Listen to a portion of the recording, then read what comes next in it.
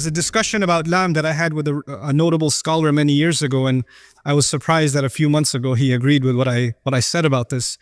And I'll talk about that in a little bit, but I want you to focus first on the first piece of this conversation. Allah has described that He is about to create our Father, and He has also described the process He's going to use to create us. He says, first of all, I'm going to make him from teen.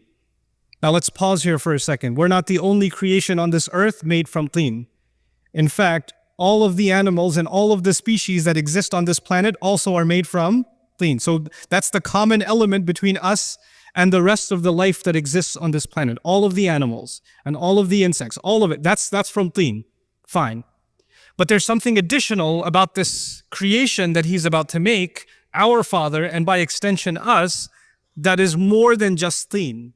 There's something more than just this animal presence, this animal existence. And by the way, we have something in common with animals. Animals seek food and shelter. We go to the grocery store seeking food. We go to the restaurant seeking food.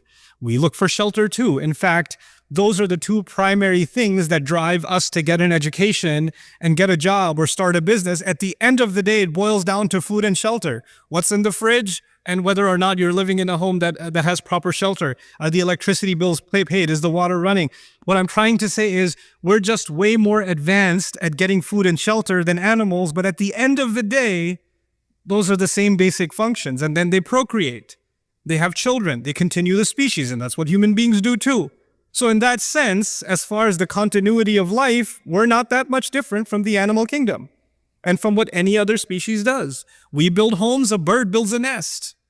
We go out and, seek our rizq, and the birds go out and they seek their rizq. But then Allah adds, He's informing the angels, why is this creation from dirt different from all the other species that exist? فَإِذَا سَوَّيْتُهُ, when I make him balanced, taswiyah is actually to perfect and balance the craft of something. So for example, if somebody's designing, or welding metal, they kind of make sure that the metal is welded completely even, and they have tools to make sure that it's completely straight. That's called taswiyah.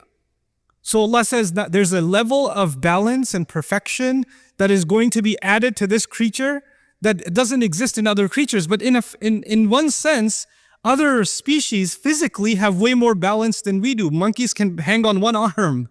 They have pretty good balance. Birds have amazing reflexes, right? So this is talking more than just our ability to stand up on 2 feet.